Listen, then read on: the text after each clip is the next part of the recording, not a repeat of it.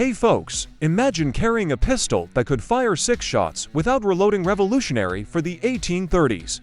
But here's the catch.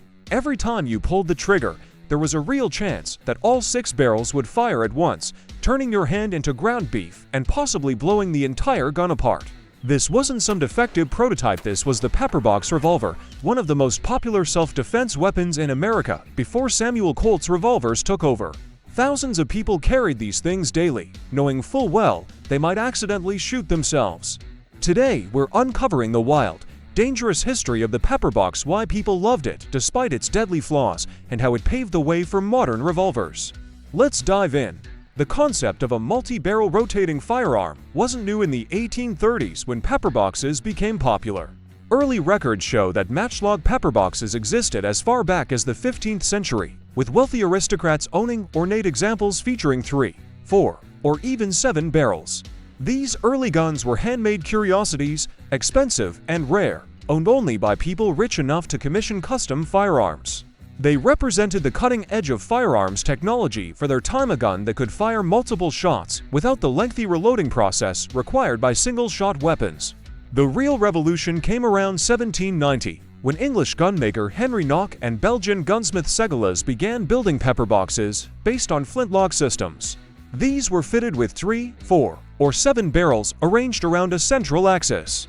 The barrels had to be rotated by hand between shots, which was cumbersome, but the concept proved sound. You loaded each barrel individually from the muzzle with powder, wadding, and a lead ball, then primed each barrel's flashpan with fine powder. When you pulled the trigger, the flint struck steel, creating a spark that ignited the powder and fired the weapon. The invention of the percussion cap in the early 1800s, building on Reverend Alexander Forsyth's patent of 1807, changed everything. Percussion caps were small copper cups filled with shock-sensitive fulminate of mercury.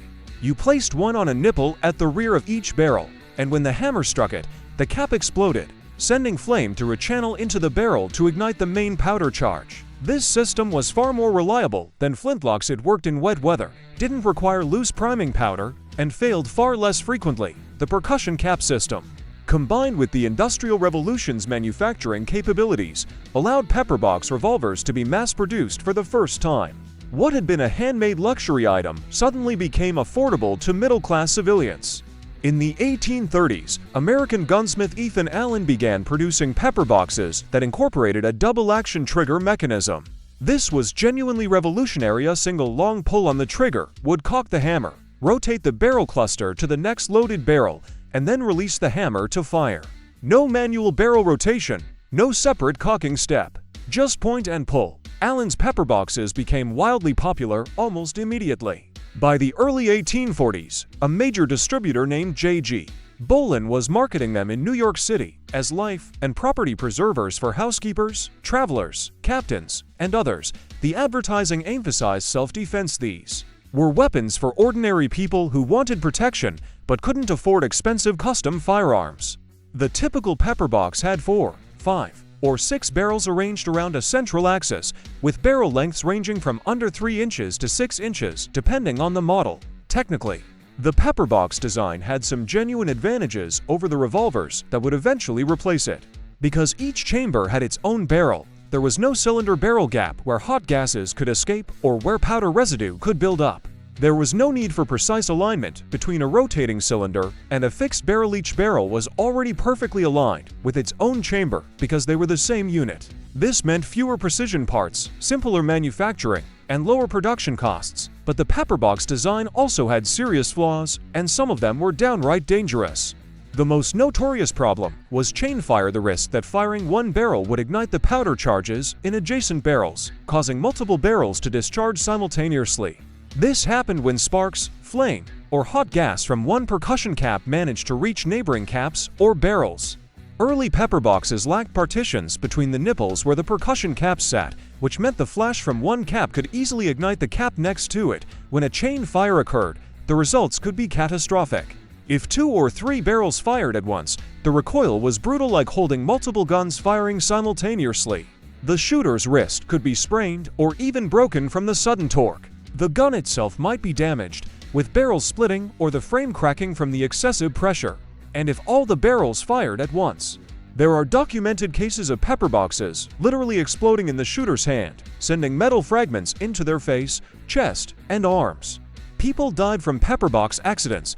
One Reddit user, who shoots historical firearms, described his experience with a chain fire on a percussion revolver.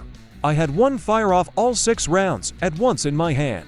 It's a sobering experience that will get you a lot of dirty looks at the range. If that happens with a pepperbox, the consequences are even worse because there's more mass rotating, more barrels discharging, and more energy to manage. The gun becomes a hand grenade."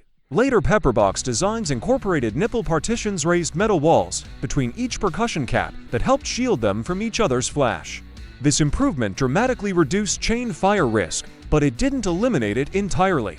The bar hammers common on pepperboxes typically delivered a weak blow compared to the heavy hammers on single-shot pistols, which meant gunsmiths had to use extra-sensitive percussion caps to ensure reliable ignition. But those sensitive caps were more prone to sympathetic detonation from nearby flashes, increasing chain fire risk despite the partitions. Another major problem was balance. When you first picked up a loaded pepperbox, it was reasonably balanced, with weight distributed around the central axis. But as you fired barrels, the gun became increasingly nose-heavy. After firing 3 or 4 shots, the remaining loaded barrels at the bottom created an awkward weight distribution that made accurate shooting nearly impossible. Your wrist had to work harder to keep the muzzle up, and the gun wanted to tip forward in your hand. Accuracy was terrible even under the best conditions. Most pepperboxes had smooth bore barrels because rifling each of 4 to 6 barrels would have been expensive and time-consuming. Smooth bore barrels meant the round balls tumbled and drifted unpredictably beyond about 15 feet. The heavy double-action trigger pull, often 12 to 15 pounds, made it hard to hold the gun steady while pulling the trigger.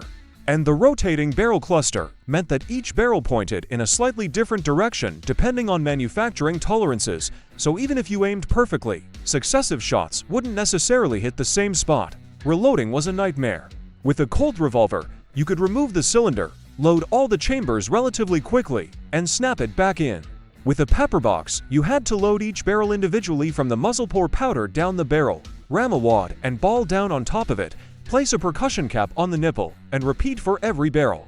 If you were in a hurry or under stress, it was easy to double charge a barrel or forget whether you'd already loaded it, either of which could cause a dangerous malfunction. Despite all these problems, pepperboxes sold by the tens of thousands. Between the late 1830s and the 1860s, it's estimated that there were about 50 basic types of Allen pepperboxes alone, not counting dozens of other manufacturers. People bought them because they offered something valuable: multiple shots without reloading. In an era when most civilians carried single-shot pistols that took a minute or more to reload, a 6-shot pepperbox was a genuine tactical advantage. Yes, it might blow up in your hand, but it was still better than being defenseless after your first shot. The story of the pepperbox's downfall is really the story of Samuel Colt's genius. In 1836, while sailing aboard the brig Corvo on a voyage to Calcutta, young Colt had an epiphany. He was watching the ship's capstan, the rotating windlass used to raise the anchor, and noticed how a ratchet and pawl mechanism allowed the capstan to turn in one direction while locking it in place when force was applied from the opposite direction. That simple mechanical principle gave Colt the key to solving the revolver problem. Colt realized that if you could mechanically link the hammer to a rotating cylinder through a pawl mechanism, you could ensure perfect timing and alignment. Every time the shooter cocked the hammer, the pawl would rotate the cylinder one chamber, and a bolt would lock it in precise alignment with the barrel. This was a massive improvement over pepperbox designs, which relied on hand-indexing the barrel cluster or crude rotation mechanisms that didn't guarantee alignment. According to legend, Colt carved a wooden model of his revolver from scrap wood while still aboard the Corvo. It differed fundamentally from pepperbox revolvers in a critical way. Instead of multiple barrels, Colt's design had a single fixed barrel and a rotating cylinder containing multiple chambers. The cylinder rotated automatically when the hammer was cocked, and a bolt locked it firmly in alignment with the barrel before firing. This meant perfect alignment every time. No heavy barrel cluster throwing off balance, and much simpler manufacturing. Colt patented his revolver design in 1836 and began production. His early revolvers, the Patterson models, weren't immediately successful, partly because they were expensive and partly because pepperboxes were already well established in the market. But Colt persisted, refining his designs and improving manufacturing efficiency. By the 1840s, His revolvers were proving their worth in the Texas Rangers' hands, where they became legendary for their reliability and effectiveness in combat. The Colt revolver's advantages over the pepperbox became increasingly obvious as both weapons evolved. The single barrel meant the Colt was lighter and better balanced. The mechanical linkage between hammer and cylinder meant perfect timing and alignment with every shot. Refilled barrels dramatically improved accuracy compared to smooth-bore pepperboxes. And because the cylinder was separate from the barrel, you could eventually design revolvers with removable cylinders for faster reloading, or later, with loading gates that allowed reloading without disassembly. The pepperbox manufacturers tried to compete. Some produced transitional revolvers that combined elements of both designs, rotating cylinders like a Colt, but with external bar hammers like a pepperbox. These transitionals had their own problems. The lack of an effective cylinder stop meant chambers might not align properly with the barrel when fired, sending bullets in erratic directions or even damaging the gun. The barrel was typically attached to the cylinder pin, which weakened over time and decreased accuracy. And they still lacked nipple partitions, making chain fires as likely as with early pepperboxes. Daniel Levitt produced one of the more successful transitional revolvers in 1851. Incorporating a loading lever identical to the Colt Dragoon revolver, so identical that Colt sued him for patent infringement. Levitt's revolvers saw use in the Mexican War alongside Colt Dragoons and Walker revolvers, particularly among officers who purchased their own sidearms. But by this point, the writing was on the wall. Colt's designs were simply superior in almost every measurable way. The final blow to the pepperbox came from improved metallurgy and manufacturing. By the 1850s, companies like Robbins and Lawrence were producing pepperboxes with refilled barrels, break-action breech-loading mechanisms, and early safety catches that didn't require disassembly to reload. But at that point, they were competing against mass-produced Colt Navy and Army revolvers that were cheaper, more accurate, more reliable, and backed by Colt's aggressive marketing and military contracts. The pepperbox couldn't compete. By the 1860s, pepperbox production had declined dramatically. A few manufacturers continued making them for specialized markets, gamblers and ladies who wanted something small and concealable, for instance, but the mainstream market had moved decisively toward conventional revolvers. The American Civil War sealed the pepperbox's fate, as both Union and Confederate forces standardized on Colt and Remington revolvers, creating massive production capacity and driving down prices for conventional revolvers. Looking back, the pepperbox represents a fascinating evolutionary dead end in firearms development. The concept made sense given the limitations of early 19th century manufacturing. If you can't reliably align a rotating cylinder with a fixed barrel, just rotate multiple barrels instead. But once Colt solved the alignment problem through his Paulan bolt mechanism, the pepperbox's advantages evaporated, while its disadvantages, weight, balance, accuracy, reload time remained. The dangers of the pepperbox became part of frontier legend. Stories circulated of gamblers whose pepperboxes exploded during card games, of travelers whose self-defense weapons injured them more than their attackers, of accidental chain fires in saloons that wounded bystanders. Some of these stories were exaggerated, but enough were true that the pepperbox gained a reputation as a weapon you carried only if you were desperate or didn't know better. Yet for all its flaws, the pepperbox played a crucial role in firearms evolution. It proved that civilian demand existed for multi-shot handguns. It demonstrated that percussion cap systems could work reliably on rotating firearms. It forced manufacturers to think about safety features like nipple partitions and hammer shields. And it created market pressure that drove Colt and others to develop better solutions. Without the pepperbox's commercial success, revolver development might have taken a very different path. Today, pepperboxes are collectible antiques, valued for their historical significance and mechanical ingenuity rather than any practical utility. Shooting one is a bucket list experience for historical firearms enthusiasts, though always approached with appropriate caution given the chain fire risk. Museums display ornate examples that showcase 19th century gunsmithing craftsmanship, and firearms historians study them as critical links between single-shot pistols and modern revolvers. The pepperbox's legacy lives on in an unexpected way.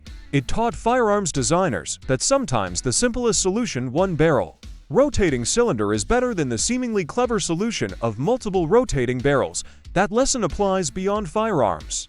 Engineering history is full of complex designs that seemed innovative, but were ultimately replaced by simpler alternatives that solved the core problem more elegantly. The pepperbox is a perfect example of that principle. So here's my question for you.